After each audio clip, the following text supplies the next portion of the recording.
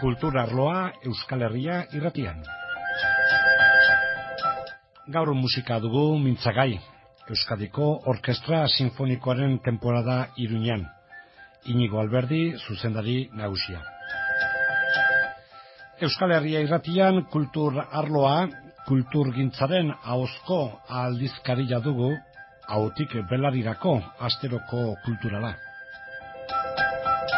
Eta kultur arloa egiteko eusko ikaskuntzaren laguntza dugu hemen Euskal Herria irratian.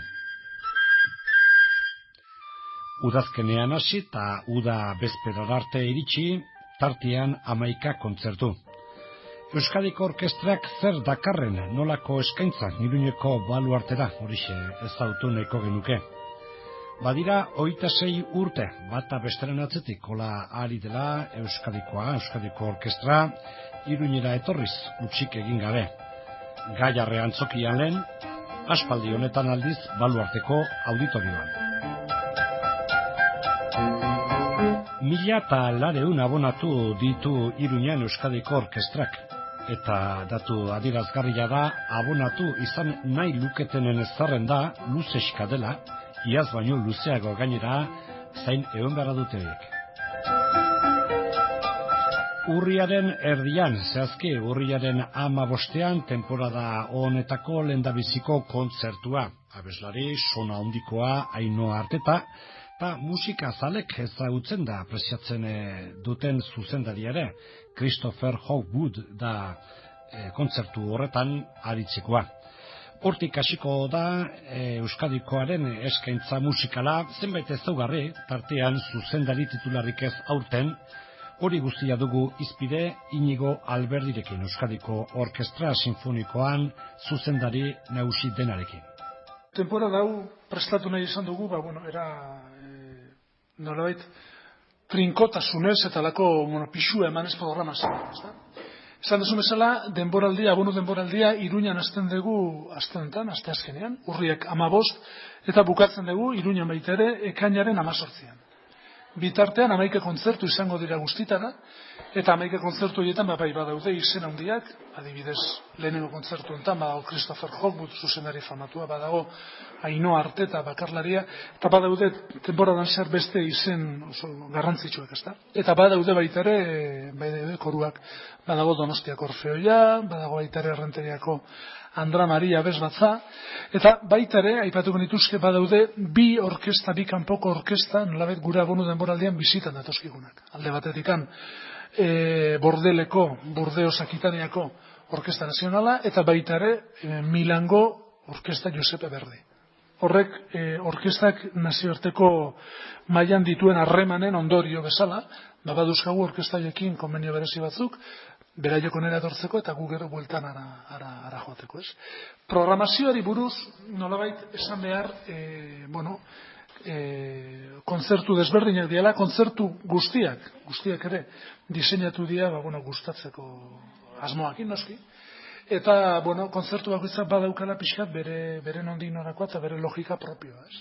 Lehenengo kontzertuan adibidez, Christopher Hogwood eta Ainhoa Artetakin norabait udazken kolore bat topatu nahi izan dugu, Elgarren obrekin, bigarren zati hortan, eta lehenengo zatian Mendelsonen obertura bat, eta gero Richard Straussen 4 abesti horiekin. Norabait, 4 abesti horiek gainera badia, Richard Straussek bere bizitzaren azken uneetan idatzi zuen obra, ez? Eta horregatik, alako udazken kolore baten hasten gara. Hola, gain behirada bat eman da, eta Beethoven bai agertzen da 4 bider gutxienik, baina ustot Mendelssohn ez dela gutxiagotan agertzen, 5 bider bai, hori zer dela eta edo zer gertatzen da horrek. 2009an Mendelssohnen urte-urrena bada alde batetikan, eta baita ere Haydnena, Franz Joseph Haydnena. Eta Mendelssohnen egiten ditugu kontzertua, baita ere obertura, eta beste obraren bat ere baita, ez? Ez dira gainera oso ohikoak, ez Haydn eta ez da Mendelssohn, eta ez da ere gure programan Beethoven, baina aurten 3 klasiko horiek badaude. Pixkat uste dugulako baita ere, eta zuzendari ezberdinak ala uste dute, orkesta lantzeko eta orkesta beti nolabait, eraikitzen joateko, beti jatorrizko obra horietara itzultzea, Beethoven eta Mozart eta egitea oso nada. Seguruak. Seguruak oso zailak joteko, entzuteko oso horreza, baina oso zailak joteko, eta beharrezkoak. Ez nolabait badia alako musikaren eta orkestako repertorio baten oinarrian daudenak, eta beti ere oinarri horietara bultatu behar da, noize hemen hori astu ez dein, ez da?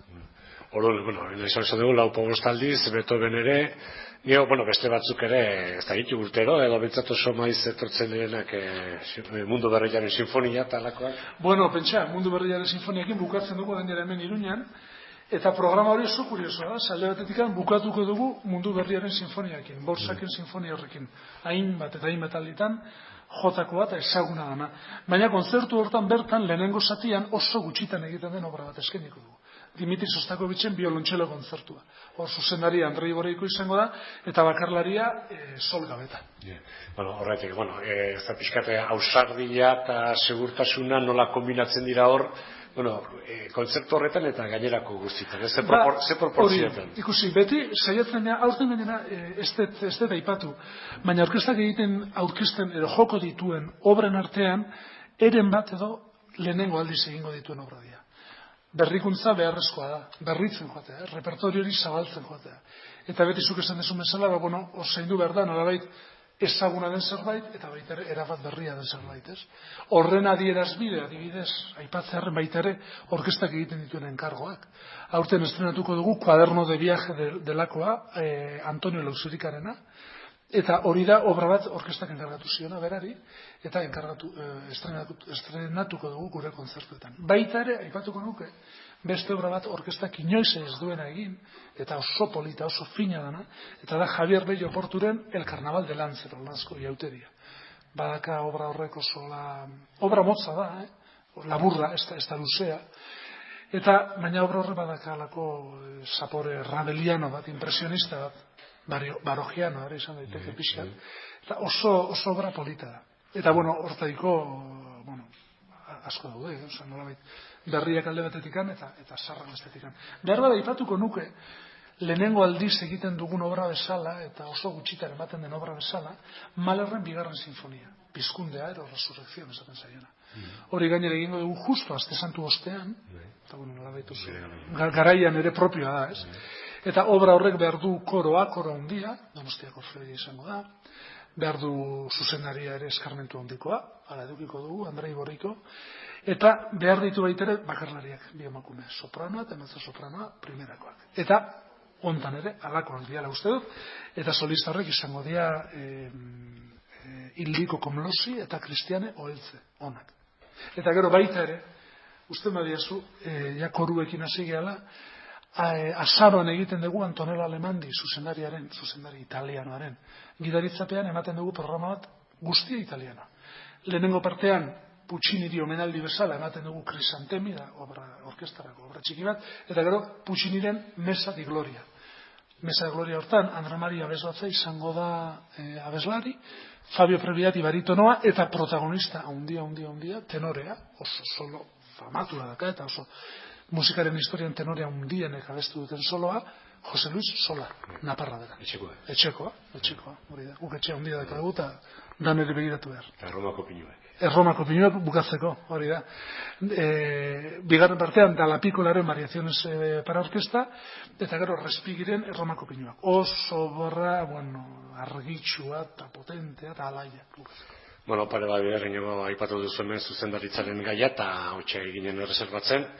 Zen ere, eta aurten ikusten duguna, alditik aldira zuzendaria aldatuz, ez da, bat ote den bi bide retoriko dena, baina gainerakotan, zaizate, hor, lorez lore donoa esaten da, erlea lorez lore biltzen den moduan, probatzen edo batzera. Guk kasu honetan loreak, erleak, ez dakit, beste batzu behar da, ez. Baina orain serio hartuta. Guk zuzendariaren aldaketa prozesu hau hasieratik ulertu dugu, denbora egin bezala, badaude, denboraldian ere badaude hor, noski, beraiekin behin baino gehiagotan lan egin dugun maisuak, bat baino gehiago dira, eta gu, hitz egiten gaude, beraiekin lanean, eta ulertzen dugu baita ere Euskadiko Orkestraren proiektu berezia dela, ez da hiri bateko orkestea, herri oso bateko orkestra da, eta guk leku ezberdinetan ematen ditugu kontzertuak, eta horrek egiten du gure proiektua esaten nuen bezala berezia dela izateaz da. Argi dago, proiektua berezia dela. Horregatik, zuzendari berria topatzea ere, denetan behar duguna izan behar da, eta hortarako ondo ezagutzea, bai guk maisua eta bai maisua gu. Eta horregatik, orkesta gainera dagoen egoeran egon da, orkesta oso ondo dago. Egon gintezke, denboratxo bat, ez dut esaten 2 urte, baizik eta gehienez denboraldi bat izendapen hori egin gabe, eta uste dugu kasuntan, gure gainera konbentzitu daude, denbora gure alde dikoa zerbait dela, ez? Azkenean, erabaki hori hartzeko ezagutzapen handia behar delako, eta esperientziak errepikatuak. Eta, hortan, bide hortan gabiltza. Baina hori nola izaten da, ez dakitik hemen deialdi publikoa, edo ez, hor zuzendari itzan ibili litzezkenak, ale batzuk izan litzezkenak, ez dakit eskintza handia dagoen merkatuan, esateko, merkatu musikalean, eta gero zein da kontua, behin betiko egitea, edo urte jakin batzutako, edo no? Hor gure aukera argi dago, guk ikusten ditugu, guretzat garrantzitsua dian zuzendari batzuk, esan behar da baita ere, nolabait, merkatuan zuzendari asko daudela. Komeni dana da, erakunde bakoitzari, orkestra bakoitzari, momentu bakoitzaren komeni saiona horrekin emateaz. Hor deialdi publikorik, eta ez da gutxiago ere. Baina bai dagona da, elkarlan hori, eta lantzen joatea. Horrela hori ere. Eta gure apostu hori da. Hor maisu desberdinak daude, gurekin lan egin dutenak, eta horiekin lantzen jarraitzen dugu. Eta gero, zenbateko kontratu egingo da, edo 6 iraupenetako ikusiko da. Lehen esaten nuena. Topatu, guk behar dugun pertsonari. Guk orkestak behar duena emango duen maisu hori. Beira da orokor bat ola emanez, ja 25 urte ospatu, 25 ospatuta, 26, 27 garrena horren bai da. Zenbat musikari, zenbat maisu, maistra hitzen diren, esate bateako, gau esan dugu hemen Iruñan 11 kontzertu, abonokoa noski, korazpan hau, Donostialdean edo, besterin bateo badao programan, zaitu urtean, zenbat programa diferente, eta beste datu bat interesgarri izan ditegena, zenbat kontzertu, ez emate gote dituen Euskadiko Orkestrak kurso urte guzian. Orkestraren produkzio mailan nolabaitola industria terminoetan hitz egiteko altua da. Abono kontzertuak 60 inguru dira urtero, eta hortaz gainera urte batzutan orkestak normalean ematen ditu 80, 100 kontzertu inguru. Horrek nahi du esan, 3 egunetik bat, normalean orkesta agertokian dagoela, ez? Gero, orkesta bera jentearen aldetikan, kideen aldetikan, 100 inguru. Momentu enten izango da 103 edo alakoren bat, beti dago, beti bajaren bat, edo plaza berri bat, eta beharra, baina inguru hortan.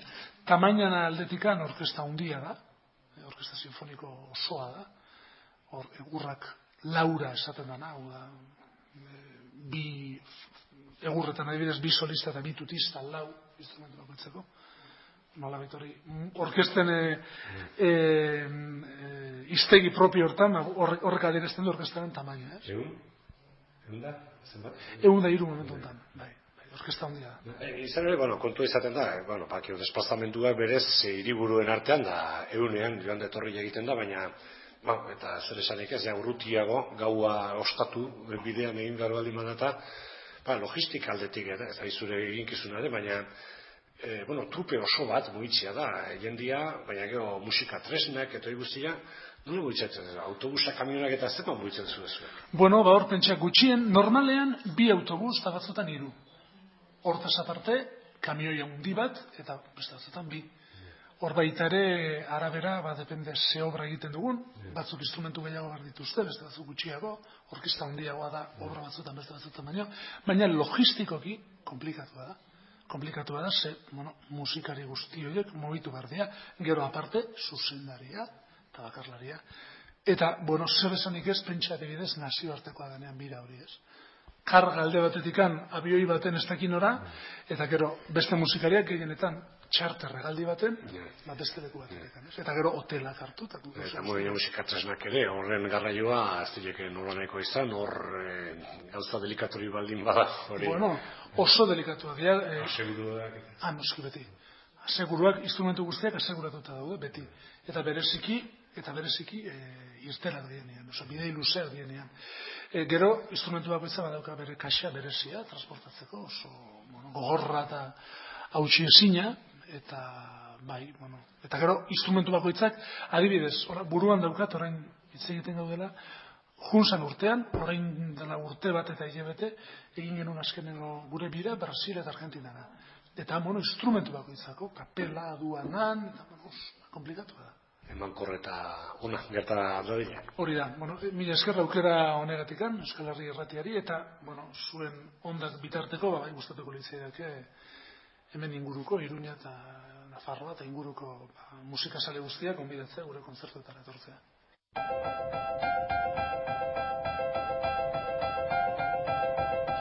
Inigo Alberdi, Euskadiko Orkestra Sinfonikoan zuzendari nagusi, haren bitartez ezagutu dugu hortaz zer dakarren, aurten Iruña alde honetara Euskadiko Orkestrak.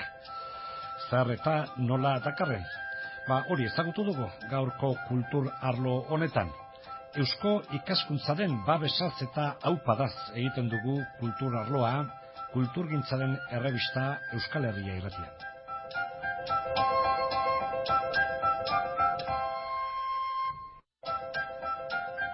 Eusko ikaskuntza, jakitez.